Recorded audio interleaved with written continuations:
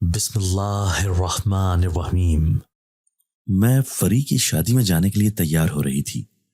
Free نہ صرف میری کزن بلکہ بہت اچھی سہیلی بھی تھی۔ پہلے تو میں نے اپنے بالوں کی چوٹی بنائی اور پھر ڈھیر سارے پھول اپنے بالوں میں لگا لیے۔ اس کے بعد چمیلی کے گجرے اپنے ہاتھوں میں پہن لیے۔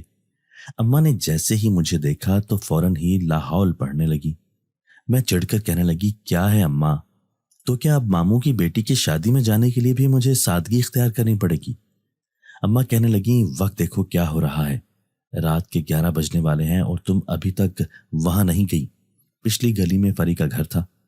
میں لاپرواہی سے کہنے لگی کہ میں شبانہ کا انتظار کر رہی ہوں، وہ آ جائے تو پھر ہم ساتھ چلتے ہیں۔ اماں دادی کی طبیعت خراب ہونے کی وجہ سے نہیں جا رہی تھی، لیکن میں وہاں جائے بنا کیسے رہتی؟ میں نے آخری جائزہ خود کا آئینے میں لیا۔ میں بہت ہی خوبصورت لگ رہی تھی۔ گہرے جامنی رنگ کا سوٹ پہنے، لمبے بالوں کی چوٹی بنائے اور ہاتھوں میں گجرا پہن کر میں پوری طرح تیار تھی۔ تبھی شبانہ آ گئی اور کہنے لگی، جلدی کرو، بڑی مشکل سے ابا سے جان چھڑا کر آئی ہوں۔ ہم دونوں اس گلی سے جانے لگی تو یہ دیکھ کر ہمیں مایوسی ہوئی کہ وہ گلی مکمل طور پر بند تھی۔ شاید اس گلی میں کسی کی فوتگی ہو گئی تھی۔ شبانہ کہنے لگی، اب ہمیں گھوم کر جانا پڑے گا۔ یوں چند قدم کا فاصلہ طویل ہو گیا تھا۔ پھر ہم سڑک کے کنارے چلتے ہوئے دوسری گلی میں جانے لگے، لیکن اچانک ہی ایک درخت کے نیچے میری سینڈل ٹوٹ گئی۔ شبانہ کہنے لگی، چلو اب سینڈل اتار کر ہی چلو۔ مجھے بہت غصہ آ رہا تھا، اوپر سے میری پائل کی چھن چھن مسلسل فضا میں شور کر رہی تھی۔ پھر شبانہ سرگوشی میں کہنے لگی، جلدی اس جگہ سے گزرو، یہ ٹھیک نہیں ہے۔ کیوں، کیا ہوا اسے؟ میں حیرت سے اس سے پوچھ رہی تھی۔ یہاں پر آصف کا بسیرا ہے۔ وہ خوفزدہ نظروں سے چاروں طرف دیکھ رہی تھی۔ سڑک کے دونوں اطراف جھاڑیاں تھیں اور درخت جو بہت ہی پرانے تھے، ان کی شاخیں زمین کو چھو رہی تھیں۔ تبھی میری نظر ایک درخت پر پڑی تو ایسا لگا جیسے وہاں پر کوئی بیٹھا ہوا کالا سایہ مجھے دکھائی دیا تھا۔ پھر اسے اپنا وہم سمجھتے ہوئے میں نے نظریں پھیر لیں۔ اب ہم اس گلی سے ہوتے ہوئے فری کے گھر پہنچ گئے تھے۔ وہاں شور شرابہ اور ہنگامہ دیکھ کر جیسے میں مست ہونے لگی۔ رقص کرنے کا تو ایسے ہی مجھے بہت شوق تھا۔ میری ساری کزنیں اور رشتہ دار آنٹیاں مجھے کہنے لگی کہ تم بھی ڈانس کرو۔ میں تو جیسے موقع کے انتظار میں تھی۔ فوراً ہی اونچی آواز میں چلتے ڈیک کے سامنے کھڑی ہو گئی اور پھر ناچنے لگی۔ میں نے دیکھا کھڑکیوں سے کچھ لڑکے جھانک کر مجھے دیکھ رہے تھے۔ مجھے ذرا بھی حیا نہ آئی۔ نہ جانے کیوں مجھے ناچنے کا بہت شوق تھا۔ خاص طور پر شادیوں میں ایسے ہنگامے میں میرا دل کرتا کہ میں ڈانس ہی کرتی رہوں، لیکن اچانک ہی میرے جسم کو زوردار جھٹکا لگا۔ میں زور زور سے سانس لے رہی تھی۔ پورے گھر میں ہنگامہ شروع ہو گیا۔ تبھی میری مامی کہنے لگی، ارے کوئی جلدی سے پانی لے کر آؤ، کیا ہوا ہے بچی کو؟ وہ میرا سینہ سہلا رہے تھے، لیکن مجھے ایسا لگا جیسے کوئی مجھے اندر سے جکڑ رہا ہو۔ میری آنکھیں اوپر چڑھ گئیں اور میں ہوش و حواس سے بیگانہ ہو گئی۔ میرا نام دانیہ ہے۔ میرا تعلق ایک متوسط طبقے کے گھرانے سے تھا۔ میں اپنی ماں باپ کی اکلوتی اولاد تھی۔ ابو میرے سعودی عرب میں نوکری کرتے تھے۔ ہمارے گھر میں صرف 3 ہی افراد تھے، میں، دادی اور امی۔ ابو وہاں سے فون کر کے کہتے ہیں، میری بیٹی کو کسی چیز کی کمی نہ ہونے دینا۔ میں اس بات پر خوب خوش ہوتی۔ ابو کو میرا بہت خیال تھا۔ میں اس وقت کالج میں پڑھ رہی تھی۔ زندگی میرے لیے کسی جنت سے کم نہیں تھی، کیونکہ اکلوتی ہونے کا میں نے خوب فائدہ اٹھایا تھا۔ نئی نئی دوستیں بنانا اور پھر زندگی کی آسائشوں سے لطف اندوز ہونا۔ مجھے ڈانس کرنے کا بہت ہی شوق تھا۔ یہی وجہ تھی کہ میں اپنے کزنوں کی شادی پر ڈانس کرتی۔ جس شادی میں بھی جاتی، خاندان کی آنٹیاں اور بڑی بوڑھیاں مجھے کہتی کہ دانیہ سے ڈانس کرواؤ، یہ بہت اچھا رقص کرتی ہے۔ میں خود بھی کسی بھی گانے پر تھرکنا بہت پسند کرتی تھی۔ یہی وجہ تھی کہ میں خود بھی اس بات کا انتظار کرتی کہ کوئی مجھے کہے ڈانس کرنے کا اور میں رقص کرنا شروع کر دوں۔ ناچ ناچ کر میرا جسم نڈھال ہو جاتا تھا، لیکن میں تھکتی نہیں تھی۔ امی اس بات پر مجھ سے ناراض رہتی۔ وہ اس بات پر خفا ہوتی تھیں کہ میں بیگانی شادی میں عبداللہ دیوانے کی طرح کیوں ناچتی ہوں، لیکن مجھے ان کی ناراضگی کا ذرا بھی اثر نہ ہوتا۔ لیکن آج فری کی شادی میں نہ جانے کیا ہوا کہ میرے جسم کو اس قدر زوردار جھٹکا لگا کہ میں بے ہوش ہو گئی تھی۔ پھر 2-3 عورتیں امی کو بلا کر لائیں۔ مجھے دیکھ کر امی بری طرح پریشان ہو گئی۔ جب مجھے ہوش آیا تو میں اپنا جسم بھاری محسوس کر رہی تھی۔ پھر امی مجھے لے کر گھر آ گئی۔ غصے سے کہنے لگیں کتنی دفعہ سمجھایا ہے کہ رات کے وقت یہ گجرے پہن کر گھر سے باہر نہ نکلا کرو، لیکن تم مانتی کس کی ہو؟ میں بالکل خاموش پڑی تھی، ورنہ اس سے پہلے میں امی کو جواب دے دیا کرتی تھی، لیکن آج نہ جانے کیا ہوا تھا، شاید میں خود بھی ڈر گئی تھی۔ پھر اگلے دن میں بارات پر بھی نہ جا سکی، لیکن 2-3 دن بعد میری طبیعت ٹھیک ہو گئی اور میں نے دوبارہ سے کالج جانا شروع کر دیا۔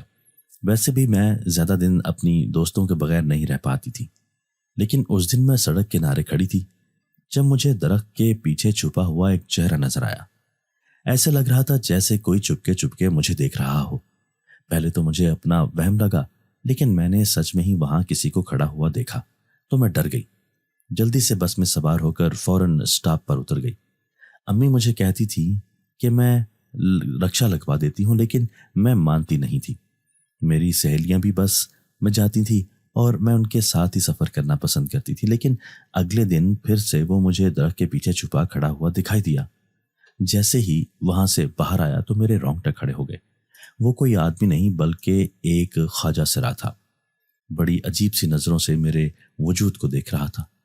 میں اس کی نگاہوں سے ڈر گئی، لیکن پھر وہ اکثر ہی میرا پیچھا کرنے لگا۔ میں نے یہ بات اپنی دوستوں کو نہیں بتائی۔ سڑک پر کھڑا یہ خواجہ سرا نہ جانے کیوں میرے پیچھے پڑ گیا تھا۔ اس کا لمبا چوڑا عجیب سا چہرہ، کچھ مردانہ تو کچھ زنانہ، اوپر سے اس کی بڑی بڑی آنکھیں، اس کا کپڑے پہننے کا انداز، سب کچھ بالکل ہی الگ تھا۔ چاہتے ہوئے بھی میں یہ بات کسی کو بھی نہ بتا سکی، لیکن ایک دن جب میں سڑک کنارے اکیلی کھڑی تھی، کسی نے زوردار انداز میں میرے منہ پر ہاتھ رکھا اور مجھے بے ہوش کر دیا۔ میں تڑپ تڑپ کر ہاتھ پاؤں مارتی رہی، لیکن اپنے ہوش و حواس کھو بیٹھی۔ جب ہوش آیا تو میں تڑپ کر اٹھی تھی۔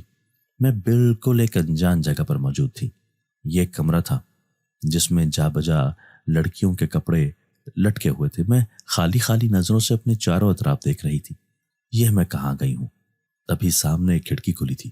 میں نے اس کھڑکی میں سے جھانک کر دیکھا، سامنے لڑکیاں کھڑی تھیں، جوان، لیکن ان کا نازیبا لباس میری سمجھ سے باہر تھا۔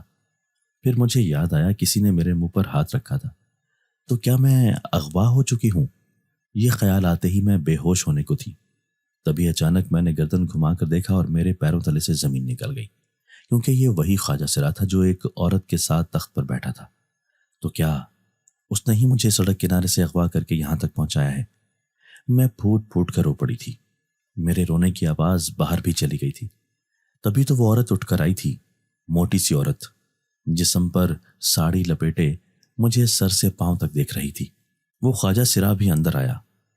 اسی لڑکی کے بارے میں بتایا تھا مجھے ذاکر نے۔ وہ اس موٹی عورت کو بتا رہا تھا، بہت اچھا ناچتی ہے، ہمارے کوٹھے کی شان بڑھا دے گی۔ میرے حواس گم ہو گئے تھے۔ تو کیا میں ایک کوٹھے پر بیٹھی ہوں؟ اب میں وہ کام کروں گی جو میں نے کبھی سوچا بھی نہیں۔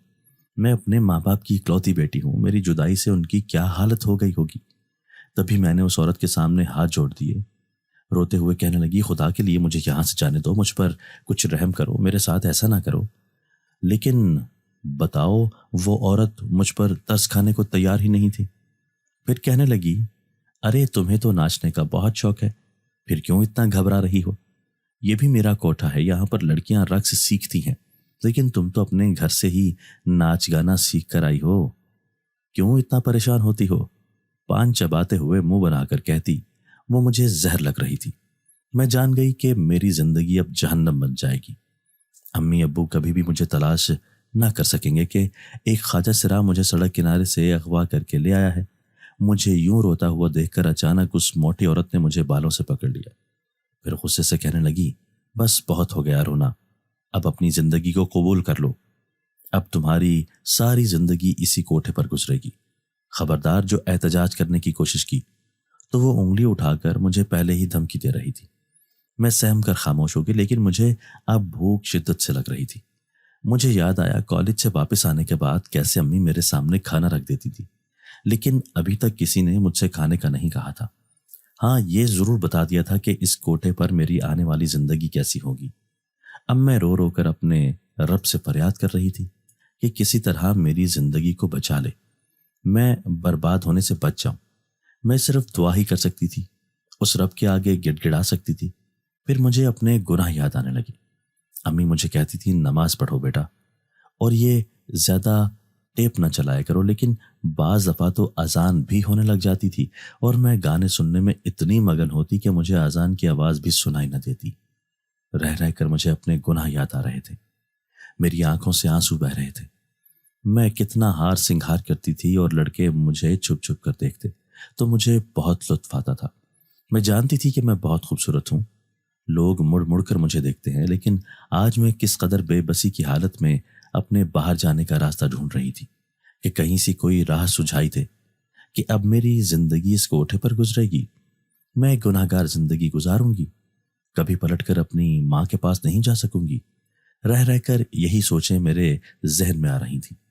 میں 2 دن سے کمرے میں بند تھی، ابھی تک مجھے اس بات کے لیے اکسایا نہ گیا تھا کہ میں یہاں رہ کر کچھ ڈانس کر کے دکھاؤں، لیکن ایک دن وہ مالکن آ گئی، میرے سامنے ایک عجیب و غریب لباس رکھ کر کہنے لگی، جلدی سے یہ پہن کر تیار ہو جاؤ، آج بہت بڑی محفل ہے، ہمارے کوٹھے پر بہت بڑے بڑے امیر لوگ آئیں گے، اس لیے تم نے ہی انہیں رقص کر کے دکھانا ہے۔ میں پھٹی پھٹی نگاہوں سے انہیں دیکھ رہی تھی، جانتی تھی کہ یہ زبردستی کریں گی، اگر میں نے ان کی بات نہیں مانی تو یہ میرا جینا حرام کر دے گی، مار مار کر میری روح چھلنی کر دیں گی۔ اس لیے میں ان کی منتیں کرتے ہوئے کہنے لگی، خدا کے لیے مجھے یہاں سے جانے دو، میں ہرگز اس کام کے لیے تیار نہیں، مجھ سے بہت بڑا گناہ ہو گیا۔ لیکن وہ مالکن کہنے لگی، اگر تم نے میری بات نہیں مانی تو میں اسی خواجہ سراغ کو بلاؤں گی، یاد رکھنا وہ تمہیں اتنا مارے گا اور تمہارا وہ حشر کرے گا کہ تم دوسرے دن چل بھی نہ سکو گی۔ وہ مجھے ڈرا رہی تھی۔ اب مجبوراً میں تیار ہو گئی، میں نے وہ کپڑے پہن لیے اور خود کو رقص کرنے کے لیے تیار کرنے لگی۔ نہیں جانتی تھی کہ میرا شوق مجھے لے ڈوبے گا۔ ان لڑکوں نے میری ویڈیو بنا لی تھی جو مجھے چھپ چھپ کر دیکھ رہے تھے، اور وہ ویڈیو اس خواجہ سراغ کے پاس تھی کیونکہ ان لڑکوں نے وہ ویڈیو بنا کر اس خواجہ سراغ کو بھیج دی تھی۔ پھر میں تیار ہو کر اس محفل میں چلی گئی۔ اچانک گانے کی آواز آئی اور مالکن مجھے اشارہ کرنے لگی کہ میں ان سب کے سامنے رقص پیش کروں۔ میری آنکھیں آنسو بہا رہی تھیں، میں ناچنے لگی۔ میں نے کبھی بھی نہ سوچا تھا کہ میں سر عام یوں طوائفوں کے کوٹھے پر ناچوں گی۔ میری آنکھوں سے آنسو قطرہ بن کر گر رہے تھے، لیکن انہیں دیکھنے والا کوئی بھی نہیں تھا۔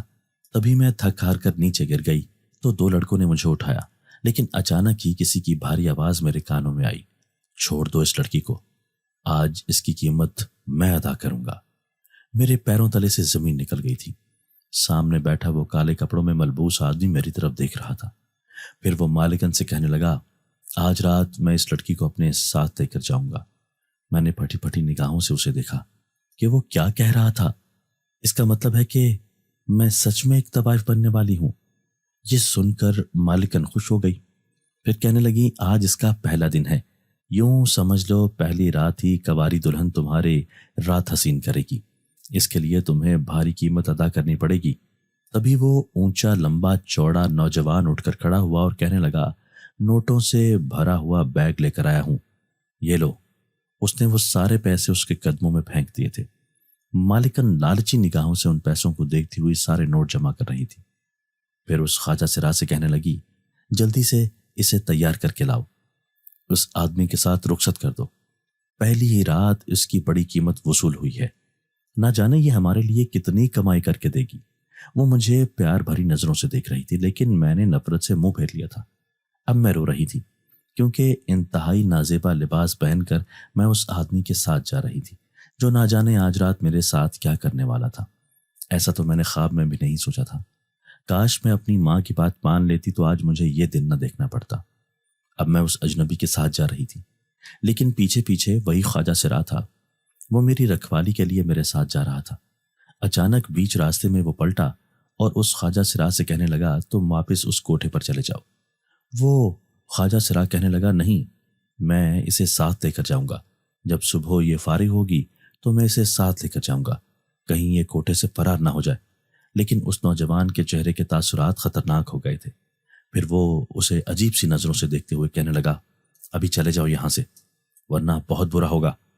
خواجہ سراغ حیران تھا، لیکن اچانک ہی اس کا وہ روپ بدل گیا تھا۔ وہ ایک خوفناک شکل میں ڈھل کر اس خواجہ سراغ کے سامنے کھڑا تھا۔ میں اس کا یہ روپ دیکھ کر بھاگنے لگی، لیکن اچانک اس نے میرا ہاتھ پکڑ لیا۔ لیکن وہ خواجہ سراغ اس قدر ڈر گیا کہ الٹے قدموں واپس بھاگ گیا تھا۔ جبکہ میں اس کا بدلتا ہوا چہرہ دیکھ کر حیران تھی، اور اس کے ہاتھ کا لمس جو بہت ہی گرم اور روح کو لرزا دینے والا تھا۔ کون ہو تم؟ میں سہمے ہوئے لہجے میں اس سے پوچھ رہی تھی۔ تبھی وہ عجیب انداز سے مسکرایا اور کہنے لگا، میں ایک جن زاد ہوں، تمہارا عاشق۔ پھر تمہیں بھلا اس کوٹھے پر طوائف کیسے بنا سکتا ہوں؟ تمہیں تو میں اپنے گھر کی زینت بناؤں گا۔ یہ سن کر میرے رونگٹے کھڑے ہو گئے۔ میں نے ایک زوردار دھکا اس کے وجود کے دیا اور میں پاگلوں کی طرح بھاگنے لگی۔ وہ میرے پیچھے پیچھے تھا اور پھر اس نے مجھے اپنے دونوں ہاتھوں میں جکڑ لیا۔ وہ مجھے گھسیٹتا ہوا نہ جانے کہاں لے کر جا رہا تھا۔ یہ ایک خوفناک جنگل تھا۔ چھوڑ دو مجھے، خدا کے لیے چھوڑ دو، میں اس سے التجائیں کر رہی تھی، لیکن اس نے میری ایک نہ سنی اور مجھے اس جنگل کے بیچوں بیچ لے گیا۔ میں نے دیکھا یہ ایک خوفناک گھر تھا جو بالکل ویران پڑا تھا۔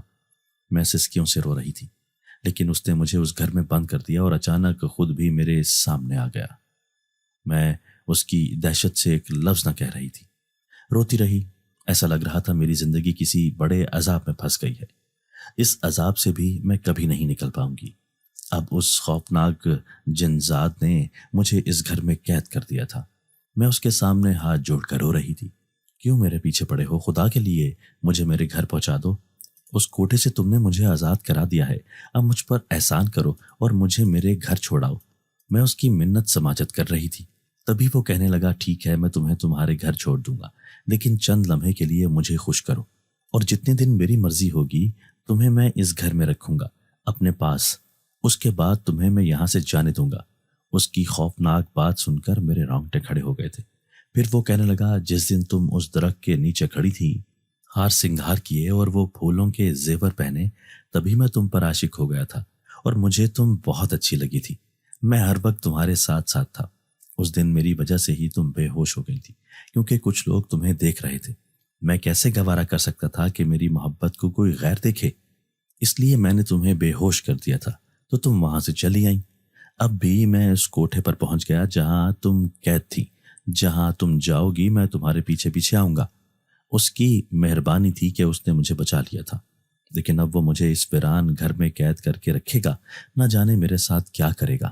لیکن دوسرے دن میں حیران رہ گئی جب میں بھوک پیاس سے تڑپ رہی تھی اور وہ میرے لیے لذیذ کھانا لے کر آیا۔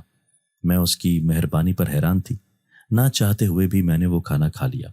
پھر اس نے میرے کپڑوں کی طرف دیکھا اور کہنے لگا، یہ کپڑے مجھے تمہارے جسم پر بہت برے لگ رہے ہیں، اس لیے انہیں تمہیں اتارنا ہوگا۔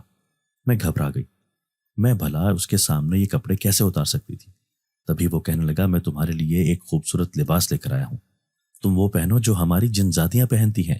یہاں سے بہت دور ہمارا قبیلہ ہے اور ہماری ساری جنزادیاں وہی لباس پہنتی ہیں۔ اس کی بات پر میں خاموش تھی، لیکن جب اس نے مجھے وہ لباس دکھایا تو میں حیران رہ گئی۔ وہ بہت ہی خوبصورت تھا، سفید رنگ کا لباس جس میں پاکیزگی جھلک رہی تھی۔ ایک لمبا سا فراق تھا۔ پھر جب وہ یہاں سے گیا تو میں نے جلدی سے وہ لباس پہن لیا، کیونکہ اس نازیبا لباس کو پہن کر میں بہت شرم محسوس کر رہی تھی۔ بھلے ہی میرے کچھ شوق ایسے تھے جنہیں میرے ماں باپ پسند نہیں کرتے تھے، لیکن میں اتنی بے شرم لڑکی نہیں تھی کہ گھر میں ایسے لباس پہن کر گھومتی یا پھر میں کسی کوٹھے کی زینت بنتی۔ ہاں، مجھے ناچنے کا شوق تھا، لیکن صرف شادیوں میں۔ ویسے میں نے کبھی کوئی ایسا شوق نہیں پالے تھے اور نہ ہی لڑکوں سے دوستی کی تھی۔ اب ایک بار پھر سے مجھے اماں کی یاد آ رہی تھی۔ اس بیچاری نے تو مجھے کتنا منع کیا تھا، لیکن میں ہی ڈھیٹ تھی، ان کی کوئی بات نہیں مانتی تھی اور آج سزا بھی بھگت رہی تھی۔ کاش کسی لڑکی کے ساتھ ایسا نہ ہو۔ اب میں وہ لباس پہنے اس گھر میں بالکل اکیلی بیٹھی تھی۔ اچانک ہی میرے ذہن میں جھماکا ہوا، اس ویران جنگل میں آخر یہ گھر کس کا ہے؟ اور یہ بالکل آخری گھر خالی پڑا ہے، میں دیکھوں تو صحیح یہ کیسا ہے۔ تبھی میں ڈرتے ڈرتے اس کمرے سے باہر نکلی تھی۔ میں جیسے ہی سہمی ہوئی باہر نکلی تو میں نے دوسرے کمرے کو دیکھ کر حیرت کا اظہار کیا، کیونکہ وہ کمرہ بھی بالکل خالی تھا، اس میں کوئی بھی نہیں تھا۔ پھر میں اس میں رکھا ہوا سامان دیکھنے لگی۔ یہ بہت پرانا سامان تھا، ایسے لگ رہا تھا پرانے زمانوں میں یہاں کوئی رہائش رکھتا ہوگا۔ کیا کر رہی ہو تم یہاں؟ اچانک ہی ایک تیز چیختی ہوئی آواز آئی تو میں ڈر کر دیکھنے لگی۔ وہ جنات تھا جو میرے بالکل پیچھے کھڑا تھا۔ پھر اس نے مجھے سر سے پاؤں تک دیکھا اور میری تعریف کرتے ہوئے کہنے لگا، تم بہت خوبصورت لگ رہی ہو۔ میں اس کی تعریف پر حیران رہ گئی تھی۔ پھر وہ کہنے لگا، آج میں تمہیں ایک نئی جگہ پر لے کر جاؤں گا جسے دیکھ کر تم حیران رہ جاؤ گی۔ میں نے اس کی بات پر سر ہلا دیا۔ اس وقت میں اس کی غلام تھی، وہ جو بھی کہتا مجھے اس کی بات ماننا تھی، کیونکہ آخر کو اس نے میری عزت بچائی تھی۔ اگر میں اس کوٹھے کی زینت بن جاتی تو میری پوری زندگی برباد ہو جاتی۔ یہی سوچ کر میں اس کی بات ماننے پر مجبور تھی۔ پھر اس رات وہ مجھے اپنے ساتھ لے کر جانے لگا۔ یوں ہی اس ویران جنگل میں رات کے سناٹے میں چلتے چلتے مجھے خوف تو محسوس ہو رہا تھا، لیکن اس جن ذات کی وجہ سے میں اپنے دل کی کیفیت پر قابو پائے اس کے پیچھے پیچھے چل رہی تھی۔ دہشت زدہ سا ماحول تھا، اوپر سے چمگادڑوں کے زور زور سے چیخنے کی آوازیں ماحول کو اور بھی خوفناک کر رہی تھی۔ پھر اچانک ہی میں نے سامنے دیکھا تو میری آنکھوں میں آنسو آ گئے تھے۔ میں بالکل ساکت بت بنی کھڑی تھی۔ میں سوچ بھی نہیں سکتی تھی کہ جن ذات مجھے کسی ایسی جگہ پر لے کر آئے گا۔ سامنے ایک خوبصورت سفید مسجد تھی اور میں اس مسجد کو دیکھ کر بے اختیار اپنے رب سے معافی مانگنا چاہتی تھی۔ میں نے اپنے پچھلے دنوں میں جو بھی کچھ کیا تھا اور آج میں جو بھگت رہی تھی اس کی سزا میں نے پالی تھی، لیکن اب اس رب سے التجا کرنا چاہتی تھی کہ وہ مجھے معاف کر دے۔ تبھی میں اس جن ذات سے کہنے لگی، میں اس مسجد میں جانا چاہتی ہوں۔ وہ میری بات پر حیران رہ گیا تھا اور کہنے لگا، میں تمہیں اس مسجد میں نہیں بلکہ کہیں اور لے جانا چاہتا ہوں۔ ہم جنات کی بستی میں ہیں، یہاں سے بہت دور تمہیں نہیں لے کر جاؤں گا۔ تبھی میں نے اس کی منتیں کی اور کہنے لگی، ایک بار میں اس مسجد میں جانا چاہتی ہوں کیونکہ مجھے اپنے رب کی یاد شدت سے آئی ہے۔ میری آنکھوں میں آنسو دیکھ کر وہ خاموش ہو گیا۔ پھر اس نے مجھے اس مسجد میں جانے کی اجازت دے دی۔ پھر میں نے جلدی جلدی وضو کیا۔ وہاں کا پانی بہت میٹھا اور شفاف تھا اور اس مسجد کے فرش پر سر رکھ کر میں رونے لگی۔ میں اپنے رب سے معافی مانگ رہی تھی، بس اس سے التجا کر رہی تھی کہ کسی طرح مجھے میرے ماں باپ سے ملوا دے۔ وہ نہ جانے کتنے پریشان ہوں گے، میری گمشدگی کی وجہ سے ان کی کیا حالت ہو گئی ہوگی۔ میں یہ سوچ کر ہی روئے چلی جا رہی تھی۔ مجھے ایک پل بھی تسلی نہ مل رہی تھی۔ تبھی اچانک مجھے پیچھے سے آواز آئی، جانتی ہو یہ مسجد بھی جنات کی ہے۔ میں نے چونک کر سر اٹھایا تھا۔ وہ جن ذات میرے سامنے بیٹھا تھا۔ پھر میں روتے ہوئے کہنے لگی، چاہے مسجد جنات کی ہو یا انسانوں کی، خدا کا تو گھر یہی ہے نا۔ وہ بھی عبادت کرتے ہیں اور میں بھی عبادت کرنے آئی ہوں۔ اس رب سے معافی مانگنے آئی ہوں اپنے گناہوں کی۔ پھر وہ جن ذات غصے سے مجھے کہنے لگا، اگر اس رب کا اتنا ہی خوف تھا تو پھر اتنا کیوں تھرکتی تھی، بیہودہ گانوں پر ڈانس کرتی تھی؟ تم نے اس رب کا کچھ لحاظ کیا ہوتا؟ اس نے تمہیں اس کام کے لیے تخلیق نہیں کیا تھا، اس نے تمہیں صرف عبادت کرنے کے لیے بنایا۔ اب میں شرمندہ تھی، اپنی نگاہیں بھی نہ اٹھا سکی، لیکن ایک دم ہی میں نے مضبوط لہجے میں کہا، وہ رب تو 70 ماؤں سے زیادہ اپنے بندوں سے محبت کرتا ہے۔ اگر میں نے کوئی گناہ کیا ہے تو وہ معاف بھی کر دے گا۔ مجھے اپنے رب پر پورا بھروسہ تھا۔ میری بات سے وہ متاثر نظر آ رہا تھا۔ پھر کہنے لگا، جلدی کرو، مجھے تمہیں کسی سے ملوانا ہے۔ یوں اس مسجد سے میں باہر آ گئی۔ میں جانتی تھی کہ وہ جن ذات مجھے اپنی دنیا میں لے کر جا رہا ہے۔ نہ جانے اس کی دنیا کیسی ہوگی، لیکن اچانک ہی سامنے جنگل کے بیچوں بیچ مجھے عجیب سے منظر دکھائی دینے لگے۔ وہ گھر بنے ہوئے تھے، ایسے گھر تھے جو بالکل الگ تھلگ ہوتے ہیں۔ کم از کم انسانوں کے لیے گھر ایسے نہیں ہوتے۔ مجھے اس جگہ کو دیکھ کر حیرت ہو رہی تھی۔ تبھی مجھے میرے جیسے لباس میں ملبوس عورتیں نظر آنے لگیں۔ وہاں پر کچھ بچے بھی کھیل رہے تھے اور کچھ لڑکیاں جو مجھے دیکھ کر حیران ہو رہی تھیں، لیکن یہ بھی سچ تھا کہ میں ان کے بیچوں بیچ سب سے خوبصورت کسی شہزادی کی طرح لگ رہی تھی۔ اوپر سے جو لباس میں نے پہن رکھا تھا وہ بہت ہی حسین تھا۔ وہ سب میرے ارد گرد جمع ہو گئے تھے۔ تبھی وہ جن ذات ان سب سے کہنے لگا، دیکھو، میں نے تم سے وعدہ کیا تھا نا کہ میں کسی آدم زادی سے شادی کروں گا۔ میری بچپن سے ہی یہی خواہش تھی اور آج میری خواہش پوری ہو گئی۔ میں اپنی اس آدم زادی کو اپنے ساتھ لے کر آیا ہوں۔ سارے جنات مجھے گھیر کر کھڑے تھے۔ میں اس جن ذات کی بات پر حیران رہ گئی۔ اس نے ابھی تک شادی نہیں کی تھی، کیا سچ مچ وہ مجھے یہاں شادی کے ارادے سے لایا ہے؟ میں یہ سوچ کر خوف سے تھر تھر کانپنے لگی۔ سب لوگ مجھے دیکھ کر خوشی کا اظہار کر رہے تھے۔ تبھی اچانک تو وہ جن ذاتیاں آ کر کہنے لگیں، تمہیں سردار نے بلایا ہے، اس لڑکی کو لے کر محل میں پہنچ جاؤ۔ وہ اس لڑکی کو دیکھنا چاہتے ہیں۔ وہ نہ جانے مجھے کہاں کہاں لے کر جا رہا تھا اور میں اس کے رحم و کرم پر ہر جگہ جا رہی تھی، صرف اس بھروسے کہ ایک نہ ایک دن وہ مجھے میرے گھر چھوڑ دے گا، میری ماں کے پاس، جو میرا انتظار کر رہی ہوگی۔ اسی لیے اس نے مجھے وہاں جانے کو کہا تو میں بھی اس کے ساتھ وہیں چل پڑی۔ اسی محل میں جو ان کا سردار تھا، وہ سردار خوفناک آنکھوں سے مجھے دیکھ رہا تھا۔ میں نے نظریں جھکا لی۔ پھر وہ مجھ سے کہنے لگا، لڑکی، کیا سچ میں ہی تم اس جن زادے سے شادی کرنا چاہتی ہو؟ میں نے یوں ہی اس کا دل رکھنے کے لیے کہہ دیا، جی سردار، یہی بات ہے۔ پھر وہ سب کے سامنے کہنے لگا، ہمارے قبیلے میں ایسا پہلی بار ہوگا کہ کوئی لڑکی کسی جن ذات سے شادی کرے گی۔ یہ بہت خوشی کی بات ہے، اس لیے میں اس بات پر بہت خوش ہوں۔ آج رات ہمارے قبیلے میں جشن منایا جائے گا اور تم ہماری خاص مہمان ہوگی۔ اب میں رو دینے کو تھی، نہ جانے اب میرے ساتھ اور کیا کیا ہونے والا تھا۔ میں نے مکمل طور پر خود کو اس کے رحم و کرم پر چھوڑ دیا تھا۔ پھر اس رات جشن کی تیاریاں ہونے لگی۔ میں ایک گھر میں چپ چاپ بیٹھی تھی، تبھی وہ جنزاد اندر آیا اور اس نے میرے سامنے ایک لال رنگ کا جوڑا پھینک دیا تھا۔ آج کی رات تم نے یہ پہننا ہے۔ میں روتے ہوئے کہنے لگی، تم نے مجھ سے وعدہ کیا تھا کہ تم مجھے میری ماں کے پاس چھوڑ دو گے، لیکن اب تم یہ کیا کر رہے ہو؟ خدا کے لیے مجھ پر رحم کھاؤ، میرے ساتھ ایسا نہ کرو، مجھ سے زبردستی شادی نہ کرو۔ تو وہ اکتا کر کہنے لگا، میں تم سے شادی نہیں کروں گا، لیکن بس میں اپنی بات سچ ثابت کرنا چاہتا تھا، اس لیے تمہیں یہاں لے کر آیا ہوں۔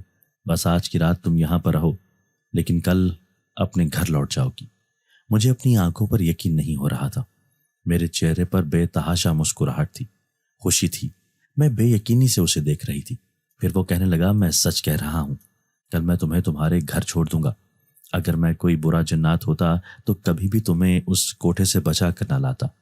مجھے بھی تمہاری عزت پیاری ہے، اس لیے میں جلد ہی تمہیں تمہارے ماں باپ کے پاس چھوڑ دوں گا۔ ایسا لگ رہا تھا جیسے مجھے دنیا جہاں کی خوشی مل گئی ہو۔ میں اپنی خوشی پر قابو نہیں پا رہی تھی، اسی لیے فوراً ہی وہ لال جوڑا پہن کر تیار ہو گئی۔ میں نے اپنے لمبے لمبے بال پشت پر بکھیر لیے تھے۔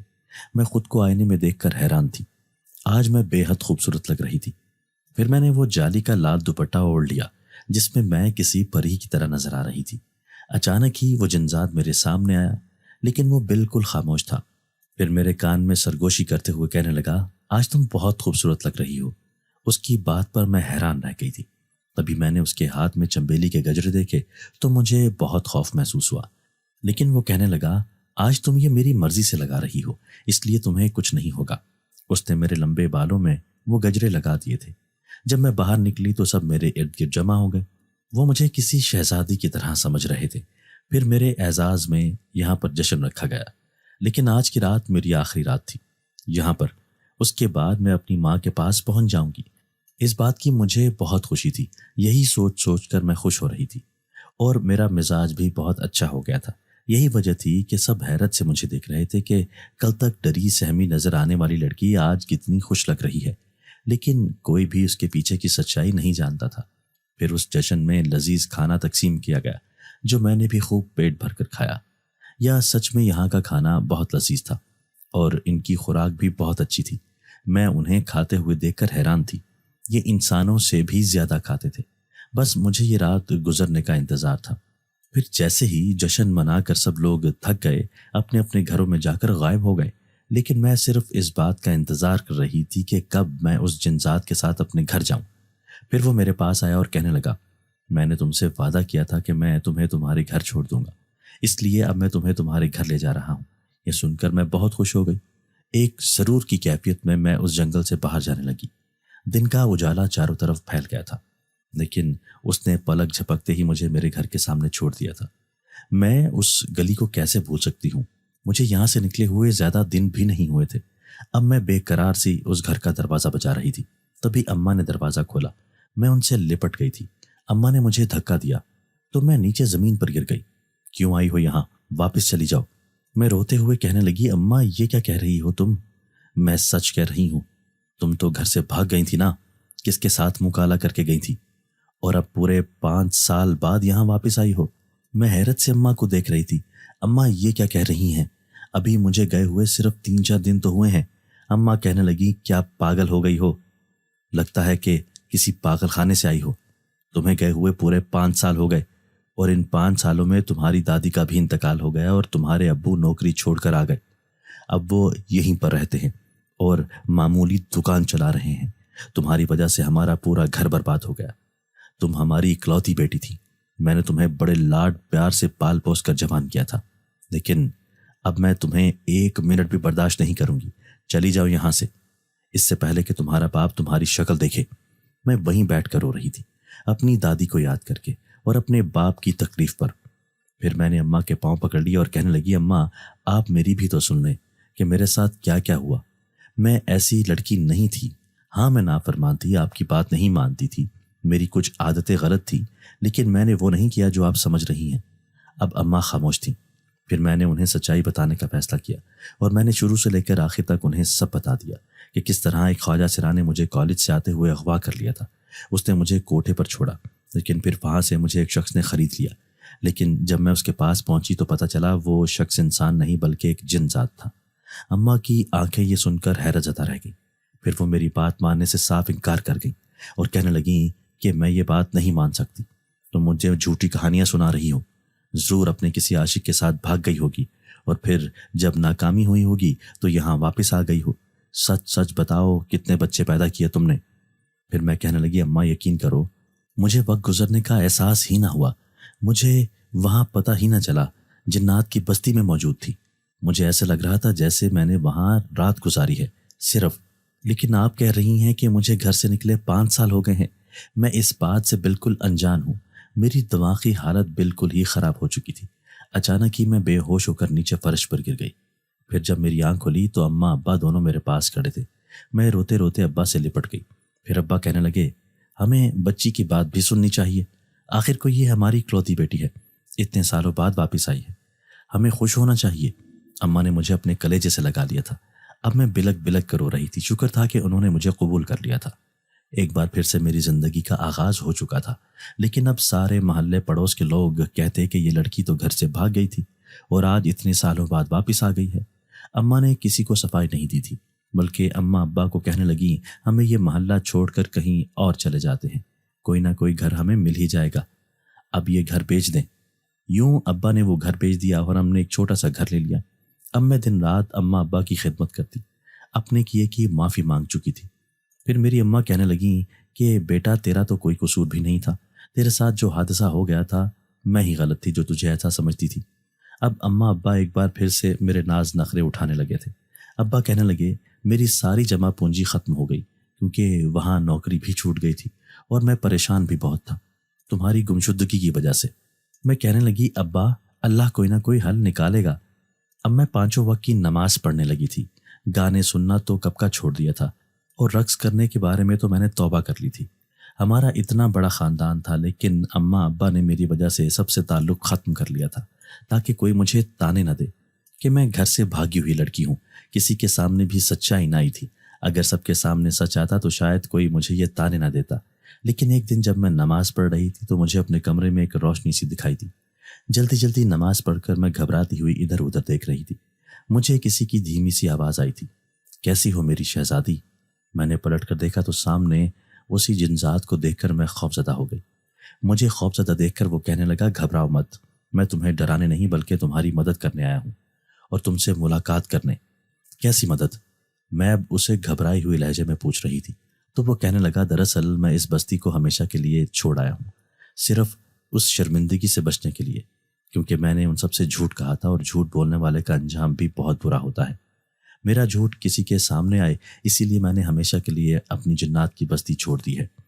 اس کی بات پر میں شرمندہ ہو گئی، کہیں نہ کہیں میری وجہ سے اس کے ساتھ یہ سب ہوا تھا۔ پھر وہ کہنے لگا بستی چھوڑتے وقت میری ماں کا رکھا ہوا سارا خزانہ میں اپنے ساتھ لے کر آیا تھا جو میرے کسی کام کا نہیں تھا، لیکن اس گھر سے تھوڑی دور ایک پرانا درخت ہے، اب آج کل میں اسی پر رہائش رکھتا ہوں، اگر کبھی دل چاہے تو مجھ سے ملاقات کرنے ضرور آنا، لیکن اپنی ماں کا سارا زیور میں تمہیں دے کے جا رہا ہوں تاکہ تمہیں اپنی زندگی میں کوئی پریشانی نہ ہو۔ تبھی اس نے ایک لال رنگ کی پوٹلی میرے ہاتھ میں تھمائی اور خود میرے سامنے سے غائب ہو گیا۔ میں ابھی تک بت کی طرح ثابت کھڑی تھی، مجھے اپنے کانوں پر یقین نہ آ رہا تھا کہ جن ذات نے میرے ساتھ یہ سب کیا ہے۔ وہ لال رنگ کی پوٹلی میرے ہاتھ پر رکھی تھی، نہ جانے اس میں کیا تھا۔ تبھی میں نے اسے کھول کر دیکھا تو مجھے اپنی آنکھوں پر یقین نہ آیا، وہ تو زیورات سے بھری ہوئی تھی۔ اتنا سارا خزانہ، اس خزانے کی مالک میں بن گئی تھی کیونکہ وہ خزانہ جن ذات نے مجھے اپنی خوشی سے دیا تھا۔ تبھی میں نے وہ سارا خزانہ چھپا کر رکھ دیا۔ میں اماں ابا کو سرپرائز دینا چاہتی تھی۔ اس دن اماں ابا سے کہہ رہے تھے کہ میرے پاس اتنے پیسے نہیں کہ میں کوئی کاروبار کر سکوں، آخر کو بیٹی کی شادی بھی کرنی ہے، اسے اپنے گھر کا بھی کرنا ہے۔ میں ابا کو کاروبار کے لیے پیسے دینا چاہتی تھی، اسی لیے میں اس وقت کا انتظار کر رہی تھی جب میں ابا اماں کو یہ سارے زیور دے دوں۔ پھر اس رات میں نے ابا کے سامنے وہ پوٹلی رکھی۔ ابا حیران تھے، کہنے لگے اتنے سارے زیورات تمہارے پاس کہاں سے آئے؟ میں کہنے لگی ابا یہ اسی جن ذات نے دیے ہیں جس کی کہانی میں نے آپ کو سنائی تھی۔ ابا نے وہ زیورات لینے سے صاف انکار کر دیا اور کہنے لگے میں ہرگز یہ نہیں لوں گا، بیٹا کہیں وہ پھر سے تمہارے پیچھے نہ پڑ جائے۔ تو میں کہنے لگی نہیں ابا، وہ بہت نیک ہے اور صرف میری مدد کرنے آیا تھا، اب وہ کبھی بھی میری زندگی میں واپس نہیں آئے گا۔ اماں ابا کو میری باتوں پر یقین نہیں ہو رہا تھا، لیکن میں نے ابا سے کہا کہ وہ ان زیورات کا استعمال کر کے اپنا کوئی اچھا سا کاروبار کر لیں۔ یوں اماں ابا میرا ڈھیر سارا جہیز لے کر آ گئے تھے اور ابا نے ساتھ میں اپنا کاروبار بھی کر لیا تھا۔ اب وہ میرا کوئی رشتہ تلاش کر رہے تھے۔ جب ایک دن میں اماں کے ساتھ بازار جا رہی تھی تو اچانک میری نظر اسی پرانے درخت پر پڑی۔ جیسے ہی میں اس کے نیچے سے گزری تو ایسے لگا جیسے وہاں پر کوئی وجود بیٹھا تھا جس نے مجھے غور سے دیکھا ہو۔ مجھے کسی کی نظروں کی تیز تپش کا احساس ہوا تھا۔ اب میں ایک بار اس سے ملاقات کر کے اس کا شکریہ ادا کرنا چاہتی تھی، لیکن ایسی نوبت ہی نہ آئی۔ اس سے پہلے ہی ایک بہت اچھا رشتہ آ گیا۔ جو عورت میرے رشتے کے لیے آئی تھی مجھے غور سے دیکھے جا رہی تھی۔ مجھے اس کی نظروں سے الجھن ہو رہی تھی، لیکن جاتے جاتے وہ اماں سے کہنے لگی ہمیں اپنے بیٹے کے لیے آپ کی بیٹی بہت پسند آئی ہے، یہ بہت خوبصورت ہے، بالکل ہمارے بیٹے کی جوڑ کی، کیونکہ میرا ایک بہت اچھے گھرانے میں رشتہ ہو گیا تھا۔ پھر شادی کی ساری تیاریاں مکمل تھیں۔ میں اس دن مائیوں کے جوڑے میں ملبوس اپنی چھت پر کھڑی تھی جب اچانک میری نظر اسی درخت پر پڑی۔ ایسے لگ رہا تھا جیسے کوئی سایہ سا کھڑا مجھے دیکھ رہا ہو۔ میں گھبرا کر پیچھے ہوئی تھی۔ مجھے سمجھ آ گئی کہ وہی جن ذات مجھے دیکھ رہا ہے۔ پھر میری شادی ہو گئی۔ لال جوڑے میں ملبوس ہو کر جب میں رخصت ہو کر گئی تو مجھے بے اختیار وہی رات یاد آ گئی تھی جب جشن ہو رہا تھا جنات کی بستی میں، مجھے کسی شہزادی کی طرح ٹریٹ کیا جا رہا تھا۔ پھر میں اپنے شوہر کے سامنے بیٹھی تھی جب میری ساس کہنے لگی میں تو اس لڑکی کو پسند نہیں کر رہی تھی، لیکن نہ جانے ایسا کیا ہوا کہ میں نے فوراً وہاں ہاں کر دی۔ ایسے لگ رہا تھا جیسے کسی نے زبردستی مجھ سے کہا ہو کہ یہی وہ لڑکی ہے جو تمہارے بیٹے کے لیے بنی ہے۔ حالانکہ میں دل سے راضی نہیں تھی۔ اپنی ساس کی بات پر میں حیران تھی اور کچھ اداس بھی ہو گئی، لیکن میرا شوہر کہنے لگا مجھے یہ لڑکی بہت پسند ہے اور مجھے ایسی ہی بیوی کی تلاش تھی۔ اس کی بات نے مجھے خوشی دی تھی۔ پھر وہ ایک بہترین شوہر ثابت ہوا، لیکن آج تک یہ بات مجھے سمجھ نہیں آئی تھی کہ میری ساس انکاری تھی تو پھر اس نے ہاں کیسے کر دی تھی۔ پھر اس دن میں تیار ہو کر اپنے شوہر کا انتظار کر رہی تھی، لیکن انہیں دیر ہو گئی تو میں چھت پر چلی آئی۔ مغرب کا وقت ہو رہا تھا۔ میں نیچے جانے کا سوچ ہی رہی تھی، ایسا لگا جیسے کسی نے مجھے پیچھے سے پکارا ہو۔ میں جیسے ہی پلٹی تو میرے رونگٹے کھڑے ہو گئے۔ سامنے تو وہی جن ذات کھڑا تھا۔ میں اسے دیکھ کر خوفزدہ ہو گئی تو وہ کہنے لگا گھبراؤ مت، میں کبھی کبھار تم سے ملنے آؤں گا، یہ میری دل کی خواہش ہے۔ اس کی بات پر میں خاموش ہو گئی۔ پھر میں اس سے کہنے لگی کیا تم نے ہی میری ساس کو زبردستی ہاں کروائی تھی؟ تو وہ مسکراتے ہوئے کہنے لگا ہاں، کیونکہ تمہارے ماں باپ بہت پریشان تھے، وہ تمہاری شادی کرنا چاہتے تھے۔ ایسے میں نے سوچا کہ یہی بہتر ہے کہ تمہاری شادی اس نوجوان سے ہو جائے جو دل کا بہت اچھا ہے، وہ تمہارا بہت خیال رکھے گا، تمہاری بہت حفاظت کرے گا۔ اس لیے میں نے اس پر ایسا عمل کیا کہ اس نے ہاں کر دی، ورنہ اس رشتے کے لیے راضی نہیں تھی۔ اب میں اس کا شکریہ ادا کر رہی تھی۔ وہ ہر مشکل میں میرے کام آیا تھا، ورنہ اگر میں اس کوٹھے پر ہوتی تو آج میری زندگی کتنی مختلف ہوتی اور میں ایک طوائف بن کر اپنی زندگی گزار رہی ہوتی۔ اس نے جگہ جگہ پر میری مدد کی تھی۔ پہلے اس کے خوفناک روپ سے میں ڈر گئی تھی، لیکن جب اس کے مہربان دل کا پتہ چلا تو کہیں نہ کہیں میرے دل میں بھی اس کے لیے نرم جذبات پیدا ہو گئے تھے۔ اب میں نے اسے کہہ دیا تھا کہ جب چاہے وہ میرے سامنے آ سکتا ہے مجھ سے ملاقات کرنے۔ اس لیے یہ سن کر وہ خوش ہوا اور میرے سامنے سے غائب ہو گیا۔ میں بھی مسکراتی ہوئی نیچے آ گئی تھی جہاں پر گیٹ پر میرا شوہر اندر داخل ہو رہا تھا۔ پھر میں نے اس کا استقبال کیا۔ میں روزانہ ہی ایسے ہی خوش ہو کر اس کا استقبال کرتی تھی، کیونکہ میری زندگی اب بہت خوبصورت ہو گئی تھی۔ اب میں پہلے جیسی نہ رہی تھی، میں نے اپنے آپ کو تبدیل کر لیا تھا۔